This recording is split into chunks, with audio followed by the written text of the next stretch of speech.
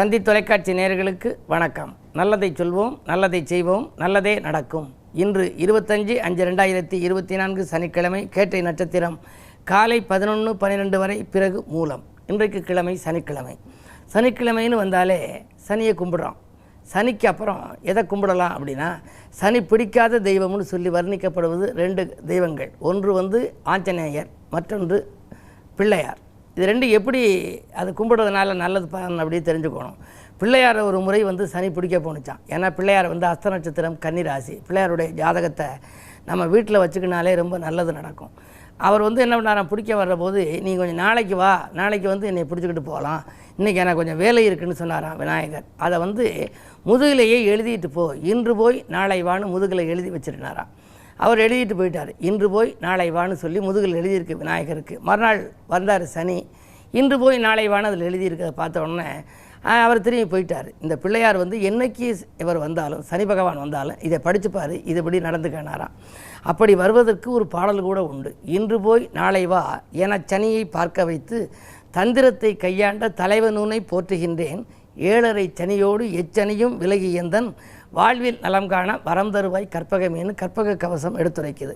அது மாதிரி அவர் தப்பிச்சாராம். அதனால் பிள்ளையாரை கும்பிட்டா இன்றைக்கி வரக்கூடிய சனி நாளைக்கு வா நாளைக்கு வாங்கிற மாதிரி அது அப்படியே போயிடுமா. அதே நேரத்தில் அனுமனை கும்பிடுற போது அனுமன் சஞ்சீவி மலையை தூக்கிட்டு வந்தார். வர்றபோது அனுமன் மூல நட்சத்திரம்.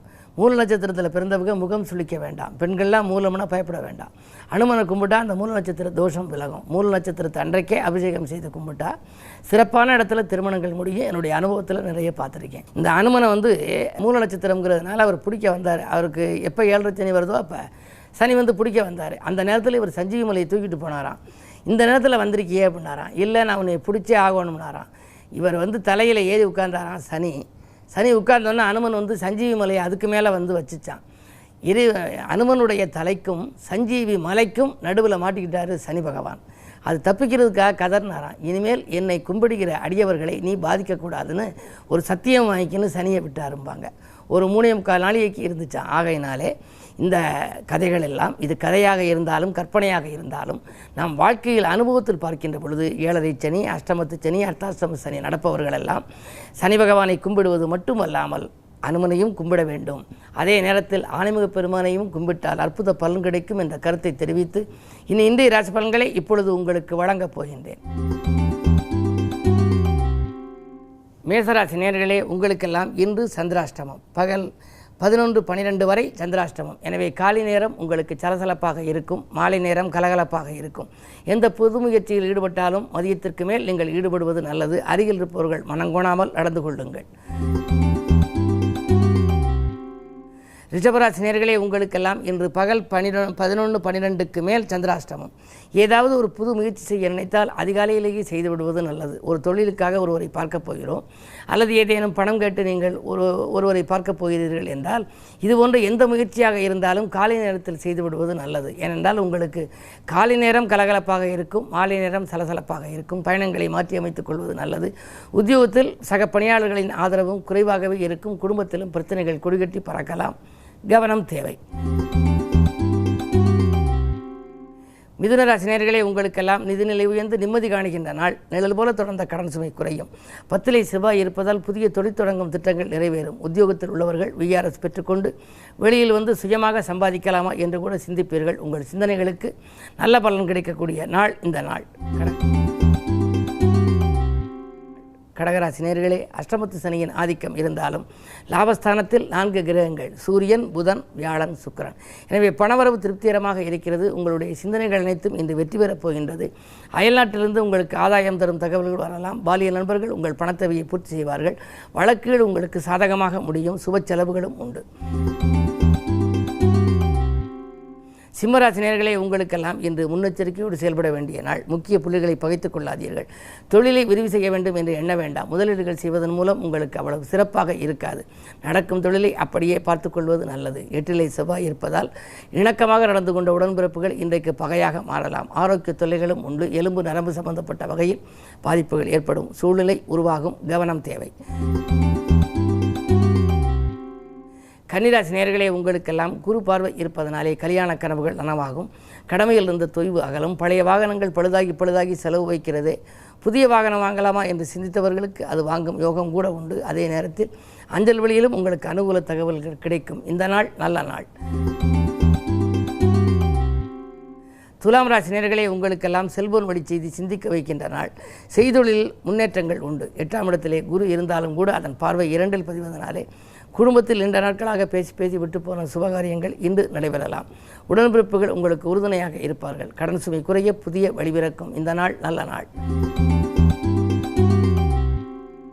விருச்சிக ராசி நேயர்களே, உங்களுக்கெல்லாம் இன்று காலை 11:12 வரை உங்கள் ராசிக்குள் சந்திரனை 7இல் இருக்கும் குரு பார்க்கின்றார். குரு சந்திர யோகம் இருக்கிறது. யோகங்களிலே மிகச்சிறந்த யோகம் குரு சந்திர யோகம்.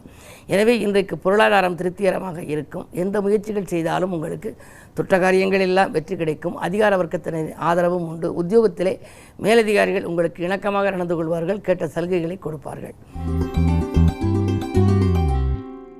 தனுசு ராசி நேயர்களே, உங்களுக்கெல்லாம் இன்று பகல் 11:12க்கு மேல் உங்கள் ராசிக்குள் சந்திரன் உலா வருகின்றார்.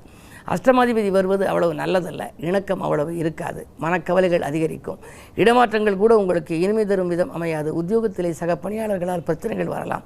யாருக்கேனும் இன்று நீங்கள் பொறுப்புகள் சொன்னால் அதனால் பிரச்சனைகள் உண்டு. பணப்பொறுப்பு சொன்னால் அதில் சிக்கல்கள் ஏற்படலாம். எனவே எதை செய்தாலும் யோசித்து செய்வது மட்டுமல்ல, அருகில் இருப்பவர்களையும் கொஞ்சம் அனுசரித்துக் கொள்ளுங்கள். கோபத்தை குறைத்துக் கொள்வது நல்லது.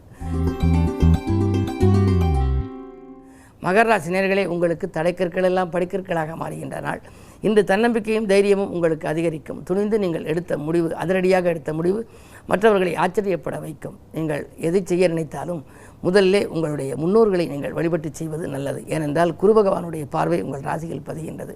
மனித தெய்வ வழிபாடுகள் உங்களுக்கு மகத்துவம் தரும். அந்த அடிப்படையில் இன்று கிழமை சனி என்றாலும் கூட சனி பகவானையும் நீங்கள் வழிபடுவது நல்லது. குருவையும் நீங்கள் கும்பிட உங்களுக்கு நன்மைகள் நடைபெறும்.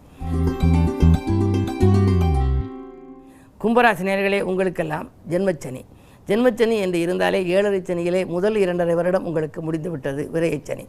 இப்பொழுது ஜென்மச்சனி. இன்னும் 2.5 ஆண்டுகள் அடுத்த சனிப்பெயர்ச்சி வருகின்ற பொழுது குடும்பச்சனியாக மாறும். இப்படி சனியின் ஆதிக்கத்தில் இருந்தால் சங்கடங்கள் அதிகம் வருமே என்று நீங்கள் நினைக்க வேண்டாம்.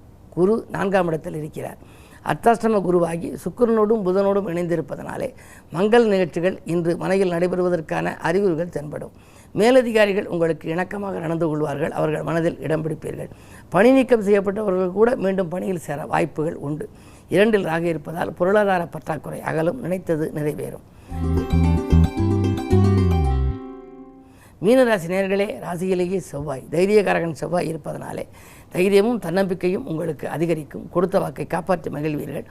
இடம் வாங்குவது, பூமி வாங்குவது, வாங்கிய இடத்தை விற்பது போன்றவற்றெல்லாம் கவனம் செலுத்துவீர்கள். இன்றைக்கோ குறைந்த விலைக்கு வாங்கி போட்ட இடம் இன்று அதிக விலைக்கு விற்று அதன் மூலம் வருகிற லாபத்தை கொண்டு தொழிலை வளப்படுத்திக் கொள்ள முன் வருவீர்கள். இந்த நாள் உங்களுக்கு கேட்டது கிடைக்கும் நாள், நினைத்தது நடக்கும் நாள். மேலும் விவரங்கள் அறிய தினத்தந்தி படியுங்கள்.